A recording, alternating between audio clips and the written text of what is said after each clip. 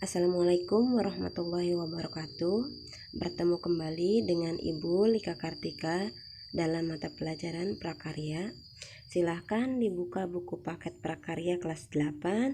Hari ini kita akan belajar tentang pengolahan bahan pangan serealia, umbi, dan kacang-kacangan menjadi makanan atau minuman. Silakan dipersiapkan kepada siswa-siswi semuanya perlengkapan alat tulis, catat hal-hal yang penting yang perlu ditulis. Selamat belajar anak-anak. Anak-anakku semuanya, sebelum belajar, marilah kita berdoa terlebih dahulu sesuai dengan kepercayaan masing-masing. Untuk yang muslim, ikuti ibu ya. Bismillahirrahmanirrahim. Raditu billahi robba wa bil islami dina wa bi muhammadin nabiyya wa rasula. Robbi zidni ilman warzuqni fahman. Amin ya robbal alamin. Adapun tujuan pembelajaran hari ini adalah siswa mampu 1. Memahami pengertian bahan pangan serealia, kacang-kacangan, dan umbi. 2. Mengidentifikasi jenis dan manfaat pengolahan pangan serealia, kacang-kacangan, dan umbi. 3. Merancang ide pengolahan pangan serealia, kacang-kacangan, dan umbi. 4. Mengkomunikasikan karya pengolahan pangan serealia, kacang-kacangan, dan umbi. Jadi hari ini kita akan belajar tentang pengolahan bagian bab 4. Bahan pangannya terdiri dari serealia, kacang-kacangan, dan umbi. Nah, apa yang dimaksud dengan serealia? Serealia adalah jenis tumbuhan golongan tanaman padi-padian atau rumput-rumputan yang dibudidayakan untuk menghasilkan bulir-bulir berisi biji-bijian sebagai sumber karbohidrat atau pati. Itu namanya serealia. Nah, untuk jenis serealia itu ada beras, ada jagung, ada gandum, dan ada sorghum. Lalu yang kedua adalah kacang-kacangan. Kacang-kacangan adalah biji berukuran lebih besar dibandingkan serealia yang digunakan untuk bahan pangan manusia dan hewan ternak. Adapun jenisnya ada kacang tanah, ada kacang hijau, dan ada kedelai. Dan yang ketiga adalah umbi. Umbi adalah organ tumbuhan yang mengalami perubahan ukuran dan bentuk atau disebut dengan pembengkakan sebagai akibat perubahan fungsinya. Umbi ada bermacam-macam. 1. Ada ubi jalar. 2. Singkong. 3. talas. 4. kentang. Selanjutnya kita akan bahas jenis dan manfaat dari bahan serealia, kacang-kacangan, dan umbi. Untuk bahan serealia yang pertama yaitu beras. Beras mengandung karbohidrat yang kaya akan zat gula atau glukosa. Nah, rasa manis dari kandungan glukosa merupakan sumber energi yang bermanfaat bagi tubuh untuk melakukan berbagai aktivitas. Nah, macam-macam beras ini ada beras putih, ada beras merah, ada beras hitam, ada beras ketan. Nah, beras ketan itu ada beras ketan putih dan ada beras ketan hitam. Yang kedua adalah jagung. Bagian yang kaya akan karbohidrat adalah bagian biji. Tanaman jagung sangat bermanfaat bagi kehidupan manusia dan hewan. Hampir seluruh bagian tanaman jagung dapat dimanfaatkan untuk berbagai macam keperluan. Yang ketiga adalah gandum. Nah, gandum ini memiliki kandungan karbohidrat cukup tinggi sama seperti nasi. Manfaat gandum bagi kesehatan tubuh: jika mengkonsumsi gandum, akan membuat tubuh merasa kenyang lebih lama.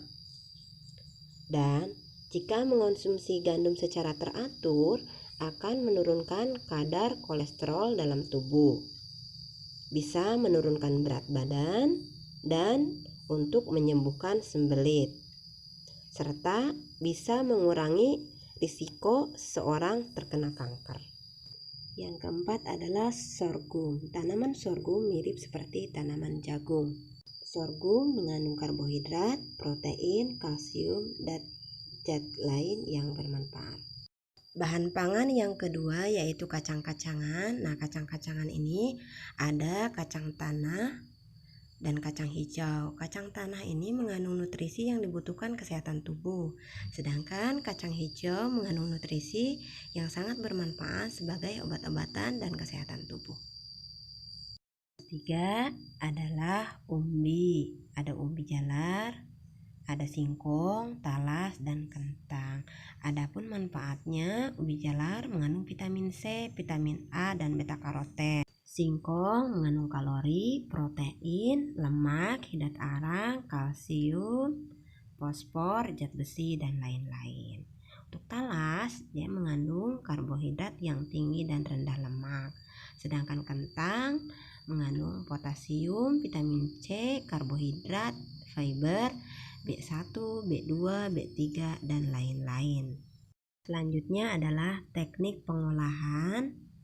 Teknik pengolahan dibagi dua. Yang pertama, teknik pengolahan pangan panas basah atau moist heat, dan yang kedua, teknik pengolahan pangan panas kering atau dry heat cooking. Teknik pengolahan pangan panas basah atau moist heat ada bermacam-macam jenis. 1. Teknik merebus atau boiling. 2. Teknik merebus menutup bahan pangan atau disebut dengan poaching. 3. Teknik merebus dengan sedikit cairan atau disebut braising. Yang keempat, ada teknik menyetup atau menggulai disebut dengan stewing. Kelima, teknik mengukus atau steaming. Yang keenam, teknik mendidih atau simmering. Dan yang ketujuh, teknik mengetim. Dan yang kedua, teknik pengolahan pangan panas kering atau dry heat cooking. Terdiri dari 1. Teknik menggoreng dengan minyak banyak atau deep frying. 2. Teknik menggoreng dengan minyak sedikit atau shallow frying. 3. Teknik memanggang atau baking. Dan yang keempat, teknik membakar atau grilling.